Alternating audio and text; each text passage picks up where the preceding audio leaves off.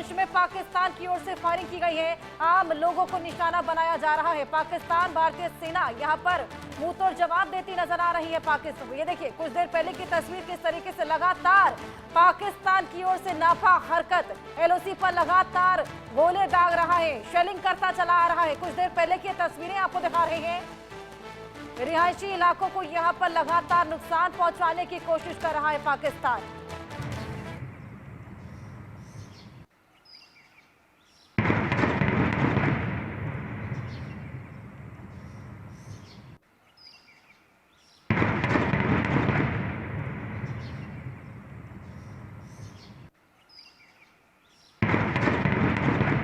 कुछ देर पहले की तस्वीरें, धमाकों की आवाज सुन सकते हैं आप। ये पाकिस्तान की बौखलाहट है, पाकिस्तान का टेरर मॉड्यूल है, पाकिस्तान का आतंकी माइंडसेट है जो ये दर्शाता हुआ पाकिस्तान नजर आ रहा है। कल रात से ही लगातार गोलियां दाग रहा है, एलओसी पर लगातार सीज फायर का वायलेशन कर रहा है और लगातार इनिशिएशन यहां पर पाकिस्तान की ओर से ही किया जा रहा है। हालांकि भारतीय सेना के जवान यहां पर पुरजोर जवाब देते हुए भी नजर आ रहे हैं। बौखलाहट पाकिस्तान की साफ देखी जा सकती है। ऑपरेशन सिंदूर के बाद से ही पाकिस्तान में खिज मची हुई है। पाकिस्तान की नापाक हरकतों की ये 1 घंटे पहले की तस्वीरें हैं। क्या कुछ वहां पर हुआ, क्या मंजर वहां पर बना था। पुंछ जम्मू कश्मीर का, जहां पर लगातार गोलीबारी, शेलिंग की जा रही है, रिहायशी इलाकों को टारगेट किया जा रहा है, लोगों को नुकसान पहुंचाने की कोशिश। हालांकि ऑपरेशन सिंदूर में हमने साफ कर दिया था कि हम केवल आतंकी ठिकानों को निशाना बनाकर यहां पर आतंकियों की कमर तोड़ना चाहते थे, लेकिन आप पाकिस्तान को देखिए किस तरीके से कायराना हरकत को लगातार अंजाम दिए जा रहा है। सिविलियंस को निशाना बनाने की कोशिश कर रहा है, सेना के ठिकानों को नुकसान पहुंचाने की कोशिश कर रहा है। लेकिन यहाँ पर हर एक हमले का न केवल मुंह तोड़ जवाब दिया जा रहा है, लेकिन नाकाम भी इन तमाम हमलों को लगातार किया जा रहा है। ये तस्वीरें, ये आवाजें केवल शेलिंग की नहीं है, ये पाकिस्तान की बौखलाहट की आवाजें हैं। 1 घंटे पहले की तस्वीर, सुबह से ही आसमान में धमाकों की गूंज है, लोगों में हालांकि तनाव है। जो तमाम लोग रिहायशी इलाकों में रहते हैं वो सुरक्षित स्थानों पर मूव कर रहे हैं, बंकरों की पनाह ले रहे हैं। उन बंकरों की सफाई भी हमने आपको तमाम तस्वीरें दिखाई थी, पहले ही शुरू कर दी गई थी। जिस तरीके से एलओसी पर लगातार फायर करना पाकिस्तान ने शुरुआत से ही शुरू कर दिया था। ऑपरेशन सिंदूर के बाद बौखलाहट को इस कदर बढ़ गई कि लगातार फायर पाकिस्तान की ओर से देखा गया, लगातार गोले दाग रहा है, मिसाइलें दाग रहा है। हालांकि हमारा एयर डिफेंस सिस्टम S-400 लगातार मुंह तोड़ जवाब देता, पुरजोर जवाब देता, इन तमाम हमलों को लगातार नाकाम कर रहा है, चक्रव्यूह की तरह। दीपक हमारे सहयोगी लगातार हमारे साथ जुड़े हैं, दीपक से और जानकारी लेंगे। दीपक, बौखलाहट कहें, इसे खींच कहें या अपनी साख बचाने की कोशिश कहें, लगातार हमलों को अंजाम पाकिस्तान दे रहा है, बिल्कुल बाज नहीं आ रहा। बाद ही चीज है क्योंकि अब अपनी साख बचाने के लिए वो सिविलियंस को टारगेट कर रहा है। और इससे पहले भी पुंछ में जो कुछ हुआ वो सबको पता है। 15 से ज्यादा सिविलियंस की मौत हुई और कितनी बड़ी संख्या में घायल हुए। फिर एक बार पुंछ को निशाना बनाया गया और पुंछ में एक व्यक्ति की मौत की जानकारी आ रही है और 3 लोग घायल हैं, जिसमें एक बच्चा भी है जिसकी उम्र 7 साल है। तो समझा जा सकता है क्योंकि पुंछ को अगर जियोग्राफिकली समझे तो वहां की स्थिति उतनी मुफीद नहीं है। पाकिस्तान के लिहाज से यदि समझे तो एयर का अगर आप पैटर्न समझेंगे तो 1.5 से 2 किलोमीटर का डाया है।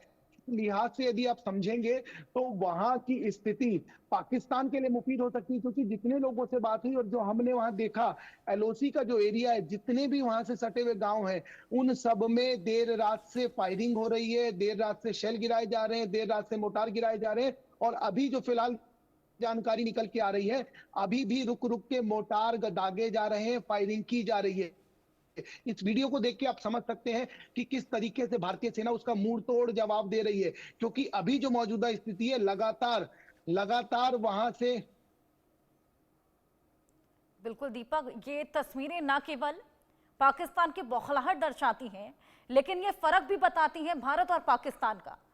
जिस तरीके से यहाँ पर उकसावे में लगातार उकसाने की कोशिश पाकिस्तान कर रहा है, लगातार हमलों को अंजाम दे रहा है, कभी प्रायश्चित करता है, कभी गिदड़ भपकी देता है, कभी अटैक्स करता है, कभी जाकर भीख मांगता है कि इन तमाम हमलों को रुकवा दिया जाए। पाकिस्तान का रुख समझ पाना बेहद मुश्किल हो गया है। आपके पास मैं वापस लौटूंगी। बहुत बड़ी खबर, ऑपरेशन सिंदूर को लेकर रक्षा मंत्रालय में बड़ी बैठक हो रही है। तीनों सेना प्रमुख रक्षा मंत्रालय पहुंचे हैं। रक्षा मंत्री राजनाथ सिंह भी पहुंचने वाले हैं।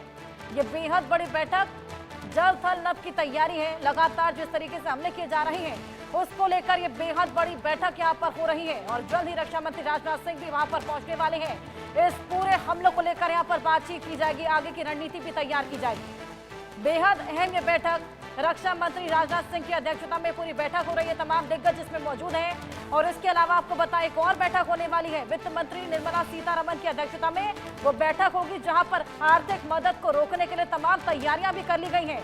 यानी कि हर तरीके से घात पहुंचानी है पाकिस्तान को, हर तरीके से प्रहार बरसाना है पाकिस्तान पर, क्योंकि पाकिस्तान जो अपनी हरकतों से बाज नहीं आ रहा, अब यहाँ पर पाकिस्तान को सबक सिखाना बेहद जरूरी हो गया है। उसी कड़ी में ये बेहद बड़ी बैठक तीनों सेना प्रमुख रक्षा मंत्रालय पहुंच गए हैं। यहाँ पर जल्द ही रक्षा मंत्री राजनाथ सिंह भी पहुंचने वाले हैं। जो तमाम हमले लगातार कल रात से देखे जा रहे हैं, उकसाया जा रहा है यहाँ पर भारत को, अब उसी को लेकर ये बैठक की जाएगी। सीडीएस अनिल चौहान भी इसमें मौजूद होंगे और साथ ही जल थल नभ क्या तैयारियां हैं, किस तरीके से हमला बोला जाए, क्या रणनीति अपनाई जाए, उसको लेकर यहाँ पर ये बैठक होने वाली है। कुछ ही देर में रक्षा मंत्री राजनाथ सिंह यहाँ पर पहुंचेंगे। सबसे पहले तो कल के हमलों को लेकर जानकारी यहाँ पर साझा की जाएगी। S-400 एयर डिफेंस सिस्टम जो कि लगातार इन हमलों को नाकाम करता हुआ नजर आया, बेहद कारगर साबित हुआ। ऐसे में अब पाकिस्तान को किस तरीके से हाथ पहुंचाई जाए, मुंह तोड़ जवाब दिया जाए, पुरजोर जवाब दिया जाए, उसको लेकर ये बेहद बड़ी बैठक। क्या कुछ और जानकारी इस बैठक को लेकर हमारे वरिष्ठ सहयोगी संजय हमारे साथ जुड़ गए हैं। संजय, यहाँ पर तीनों सेना प्रमुख पहुंच चुके हैं, रक्षा मंत्री राजनाथ सिंह भी यहाँ पर पहुंचने वाले हैं। बेहद बड़ी और बेहद अहम ये बैठक। देखिए, रक्षा मंत्रालय में तीनों सेना के प्रमुख पहुंच चुके हैं। सीडीएस अनिल चौहान पहुंच चुके हैं। कुछ ही देर में यहाँ पर रक्षा मंत्री राजनाथ सिंह पहुंचने वाले हैं। उसके बाद में बड़ी बैठक होगी। भारत की स्ट्रेटजी को लेकर के बड़ी बैठक होने वाली है और इसी बैठक में तय होगा कि आगे सेनाओं को क्या करना है, सेनाओं को क्या ऑप्शन देना है, क्योंकि अब सेना भारत सरकार से विकल्प मांग रही है। वो चाहती है कि अब भारत की सरकार की तरफ से भी बड़ा फैसला हो कि सेना चाहती है कि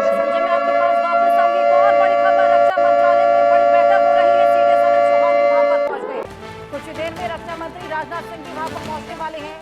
सीडीएस अनिल चौहान जिनसे यहां पर रणनीति को लेकर बात की जाएगी, क्या स्ट्रैटेजी आगे अपनाई जाए, किस तरीके से मुंह तोड़ जवाब दिया जाए, किस तरीके से पाकिस्तान को खासा घात पहुंचाई जाए। ऑपरेशन सिंदूर के बाद जो पाकिस्तान की बौखलाहट बढ़ गई है, ऐसे में यहां पर जवाब देना पाकिस्तान को बेहद जरूरी हो गया है। पाकिस्तान जिसका रुख साफ ही नहीं हो पा रहा, पाकिस्तान जो लगातार नापाक हरकतों को अंजाम दे रहा है, ये बैठक बेहद अहम हो जाती है। इससे पहले जो बैठक हुई थी उसमें यहाँ पर सेना को फ्री हैंड दिया गया था, कोई भी ठोस कदम सेना उठा सकती है, तमाम चीजें निकलकर सामने आई थी। अब देखना होगा कि इस बैठक के बाद क्या स्ट्रैटेजी निकल कर आती है, किस तरीके से हमला पाकिस्तान पर बोला जाता है। तमाम दिग्गज इस बैठक का हिस्सा बन रहे हैं। तीनों सेना के प्रमुख, जल थल और नभ, तीनों ही सेना के प्रमुख यहाँ पर पहुंचे हुए हैं। तीनों सेना यहाँ पर काबिले तारीफ कार्रवाइयां करता हुआ नजर आ रहा है। लेकिन अब आगे क्या स्ट्रैटेजी अपनाई जाए, क्या रणनीति जिससे पाकिस्तान को चोट पहुंचाई जाए, जिससे पाकिस्तान जो अपनी हरकतों से बाज नहीं आ रहा, उसको किस तरीके से यहाँ पर सबक सिखाया जाए, उसी को लेकर ये बेहद अहम बैठक होने वाली है। संजय जी, बेहद अहम ये बैठक है। सीडीएस यहाँ पर पहुंच गए हैं और कुछ ही देर में रक्षा मंत्री भी पहुंचने वाले हैं। स्ट्रैटेजी यहाँ पर बनाई जाएगी, किस तरीके से पाकिस्तान को घात पहुंचाई जाए।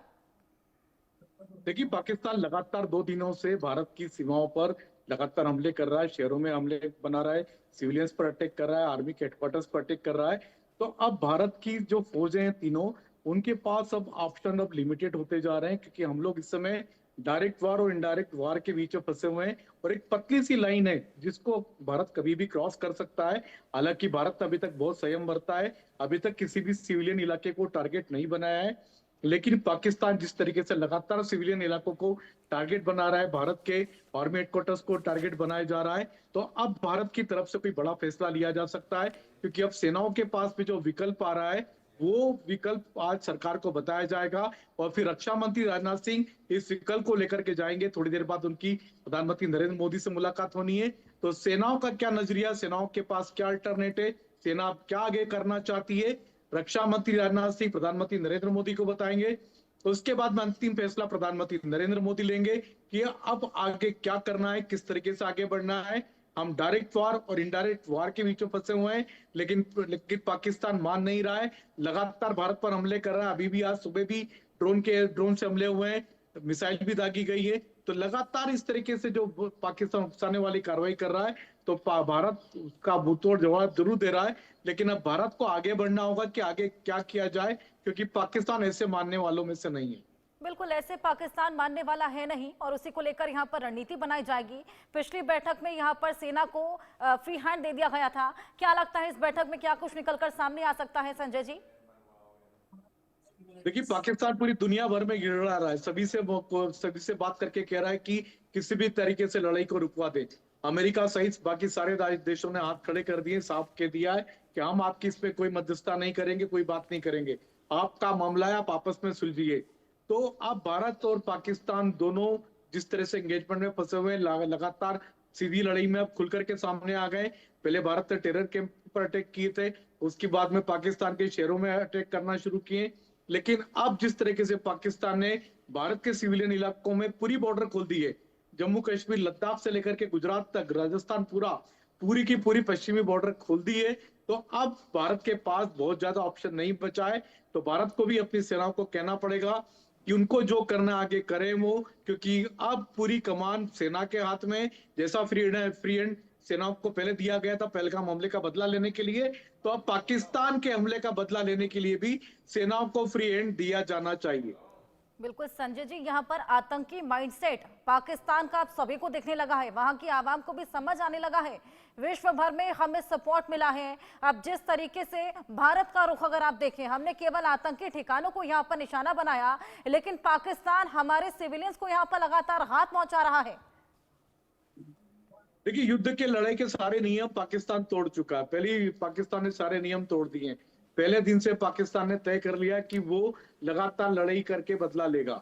तो वो लड़ाई किस तरीके से कर रहा, सिविलियन इलाकों में कर रहा है, जगह जगह पर ड्रोन गिरा रहा है, जगह जगह पर मिसाइल अटैक कर रहा है, अब फाइटर प्लेन से अटैक कर चुका है। तो लगातार आप हमारे साथ बने, हमें अपडेट्स दे रहे हैं। फिलहाल बहुत शुक्रिया आपका, तमाम जानकारियां हमारे साथ